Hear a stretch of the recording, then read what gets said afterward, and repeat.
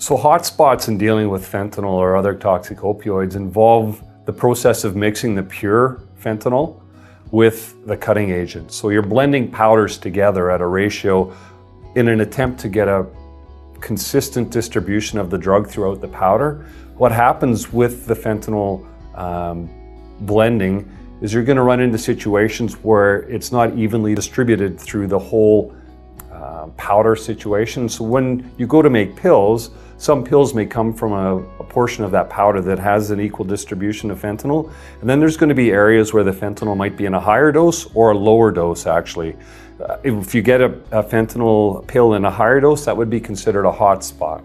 So if you think about a chocolate chip cookie analogy, when you make chocolate chip cookies and you put your chocolate chips and you bake all your cookies, not every cookie has the same amount of chocolate chips.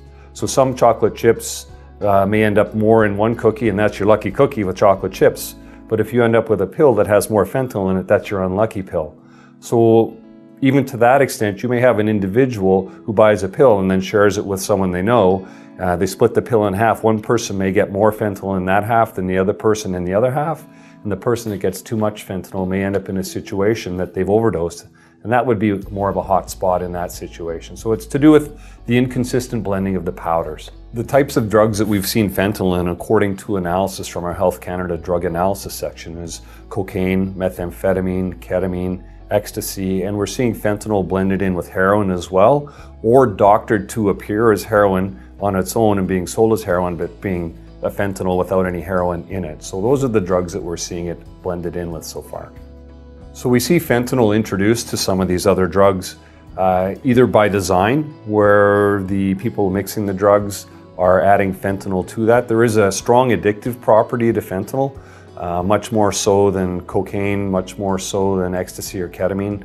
Methamphetamine is very addictive on its own, but the fentanyl will add some addictive properties to the drug that the person may use, so it may keep them coming back as a customer. Another angle to that would be that what is known as a speedball, where you purchase a drug that's a combination of a stimulant and a depressant, and it gives the user both effects. It gives them a stimulating effect and a depressant effect, and it affects each person individually.